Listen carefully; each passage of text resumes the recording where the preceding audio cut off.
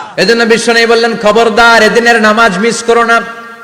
মান তারাকা সালাসা জুমাইন তাহাউনান, গাফলতি করে টানা 3টা জুমা যে ব্যক্তি মিস করলো, তাবা আল্লাহু ফি কলবিহি, রব্বুল আলামিন ওই লোকটার অন্তরের মধ্যে মোহর মেরে দেয়। ওয়া কুতিবা ফি জুমরাতিল মুনাফিকিন, মুনাফিকদের খাতায় তার নাম তুলে দেয়। 3টা জুমা যদি কেউ মিস করে, 2টা পানিশমেন্ট। এক হচ্ছে তবা আল্লাহু ফি কলবি, আল্লাহ অন্তরে মোহর মেরে দেয়। ভালো কথা ভাল লাগে না, নামাজ ভাল লাগে না, আজান ভাল লাগে না, ইসলাম ভাল লাগে না, শুধু মৌজ মাস্তি ভাল লাগে, গান বাজনা ভাল লাগে, এরকম আছে না নাই? জুমার নামাজে যায় না। আরেকটা হলো কুতিবা মিনাল মুনাফিকিন, মুনাফিকদের খাতায় নাম তুলে দেয়। আল্লাহ হেফাজত করো, আরো জোরে পড়েন আমিন। জুমার দিন আগে আগে মসজিদে আসবেন ইনশাআল্লাহ, সবাই রাজি? আসেন, আল্লাহ জুমার ব্যাপারে কি ওয়াজ আমাদেরকে করলেন আমরা শুনি। শুনতে রাজি? আল্লাহ বললেন, ইয়া আইয়ুহাল্লাযীনা আমানু ইযা নুদিয়া লিস-সালাতি মিন ইয়াউমিল জুমআতি ফাসআউ ইলা যিকরিল্লাহি ওয়া যারুল বাই', যালিকুম খায়রুল লাকুম ইন কুনতুম তা'লামুন। পড়েন না আল্লাহু আকবার। আল্লাহ বললেন, ও আমার মুমিন বান্দারা শোনো শোনো। আপনাদেরকে অ্যাড্রেস করে আল্লাহ বলছেন, ও আমার মুমিন বান্দারা শোনো, ইযা নুদিয়া লিস-সালাতি মিন ইয়াউমিল জুমআ, জুমার নামাজের আযান যখন দেয়া হয়, ফাসআউ ইলা যিকরিল্লাহ, আল্লাহর স্মরণে তোমরা ধাবিত হও। ওয়া যারুল বাই', কেনা বেচা বন্ধ করে দাও। যালিকুম খায়রুল লাকুম ইন কুনতুম তা'লামুন, এটাই তোমাদের জন্য কল্যাণ যদি তোমরা বুঝতে পারো। জুমার নামাজের আযান যখন হয়, ফাসআউ ইলা যিকরিল্লাহ, আল্লাহর স্মরণে তোমরা বের হয়ে যাও। আল্লাহু আকবার। ফাসআউ ইলা যিকরিল্লাহ ইযা নুদিয়া লিস-সালামি ইয়াউমিল জুমআ, জুমার নামাজের আযান যখন দেয়া হয় বের হয়ে যাও, তখন কোনো কাজ রাখা যাবে না। এই আযান দ্বারা উদ্দেশ্য হচ্ছে খতিব সাহেব খুতবা দেওয়ার জন্য মিম্বারে বসলে যে আযানটা দেয়া হয়, এই আযান। কথা বুঝতে পেরেছেন? কিন্তু দুর্ভাগ্যজনক হলে সত্য, আমাদের বাংলাদেশে এই আজানটা কেন যেন মুয়াজ্জিন ভাইরা ইমাম সাহেবের সামনে এসে আস্তে আস্তে দেয়, ছোট ছোট করে ইমাম সাহেবের মুখের উপরে দেয়, মাইকে দেয় না। এটা পাইছে কই? এটা যে কোত্থেকে ঢুকছে এক আল্লাহই ভালো জানে। আজান মানে অ্যানাউন্সমেন্ট। আজান মানে কি? কথা বলেন। অ্যানাউন্সমেন্ট কি জোরে হবে না আস্তে? তো সব আজান মাইকে এত সাউন্ড করে, এই আজানটা ইমাম সাহেবের মুখের সামনে এসে ছোট ছোট করে কেন দেয়? এটার কোনো দলিল আছে বলে আমার জানা নাই। এই আজানটাও মাইকে হতে হবে। আমি পৃথিবীর যত দেশ ঘুরেছি, অনেক বড় বড় মসজিদে আমি জুমার সালাত করেছি, সব জায়গায় মক্কাতুল মুকাররমা সহ মসজিদে নববী সহ সব জায়গায় খতিব সাহেব জুমার মিম্বারে বসার পরে যে আজানটা দেয়া হয়, এটাও অন্যান্য আজানের মতো মাইকে দেয়া হয়। আল্লাহ বললেন, ইযা নুদিয়া লিস-সালামি ইয়াউমিল জুমআ, জুমার দিনে আজান যখন দেয়া হয়, এই আজান দ্বারা উদ্দেশ্য হচ্ছে খতিব বসলে যে আজান 12:30 12:15 দিকে যে আজান, এই আজান উদ্দেশ্য নয়। বিশ্বনবীর সময়ে এই 12:30 12:15 দিকে যে আজান ছিল, এটা ছিল না। বিশ্বনবীর সময় ছিল না, আবু বকরের সময় ছিল না, সাইয়েদনা ওমর ফারুকের সময় ছিল না। এটা চালু হয়েছে সাইয়েদনা উসমান যুন্নুরাইনের সময়।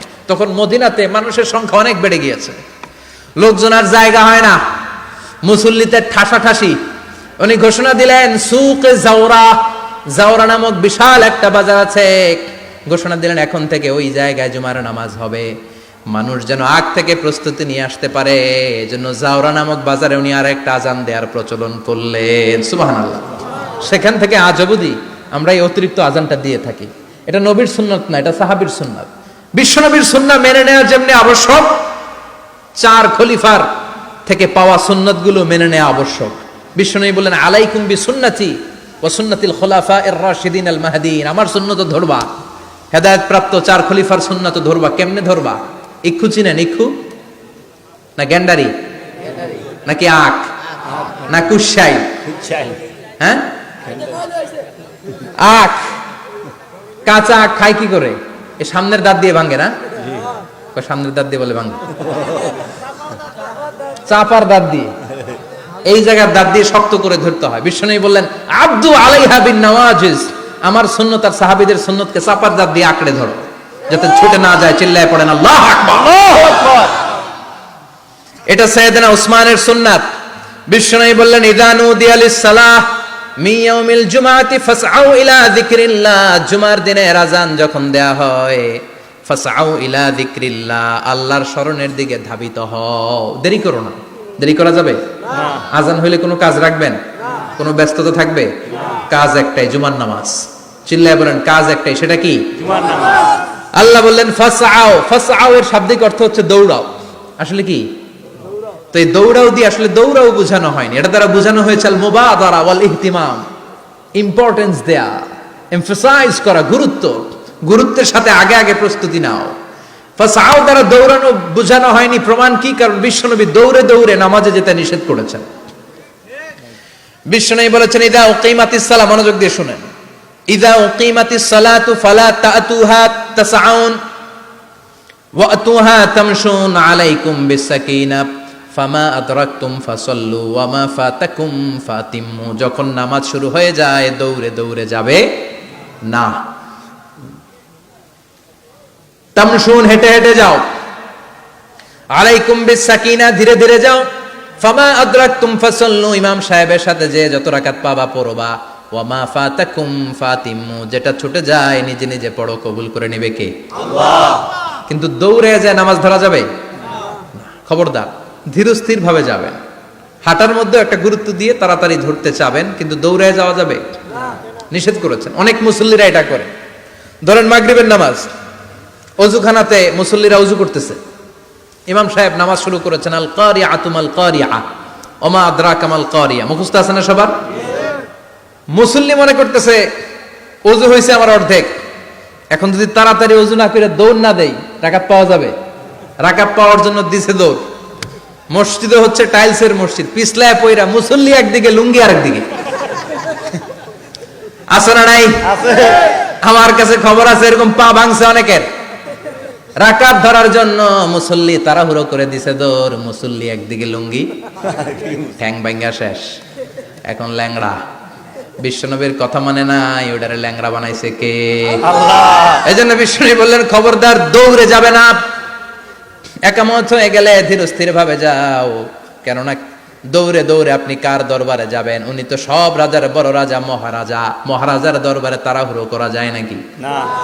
ফিট হয়ে কাপড় চোপড় পরে আতর টাতর মেখে ধীরস্থির ভাবে যাবেন। দৌড়ে গেলে আপনার হার্টবিট বেড়ে যাবে, আপনার ব্রেথ ইন ব্রেথ আউট, শ্বাস প্রশ্বাস বেড়ে যাবে। তো হাঁপানির চোটে তো আপনি হাঁপাতে থাকবেন। আপনি তাহিয়া পড়বেন কখন, তাসবিহ পড়বেন কখন, আল্লাহর প্রশংসা করবেন কখন? চিল্লা এখন ঠিক কিনা? এজন্য আল্লাহ বললেন ফাসআউ ইলা যিকরিল্লাহ। জুমার নামাজের আজান যখন হয়ে যায় তোমরা আল্লাহর জিকিরের দিকে ধাবিত হও। যিকরিল্লাহ, আল্লাহর স্মরণ। জিকির মানে কি? আল্লাহর স্মরণ। কিন্তু এই জিকির দ্বারা এই আয়াতের উদ্দেশ্য হচ্ছে আল খুতবাতাইন, জুমার দুই খুতবা। জুমার জিকিরের অনেক অর্থ আছে। জিকির মানে সালাত, জিকির মানে কোরআন, জিকির মানে ওয়াজ, জিকির মানে সম্মান। আবার জিকির মানে জুমার দুই খুতবা। আবার জিকির মানে সুবহানাল্লাহ, আলহামদুলিল্লাহ, লা ইলাহা ইল্লাল্লাহ, সুবহানাল্লাহ, আলহামদুলিল্লাহ, লা ইলাহা ইল্লাল্লাহ, লা ইলাহা ইল্লাল্লাহু মুহাম্মাদুর রাসূলুল্লাহ সাল্লাল্লাহু।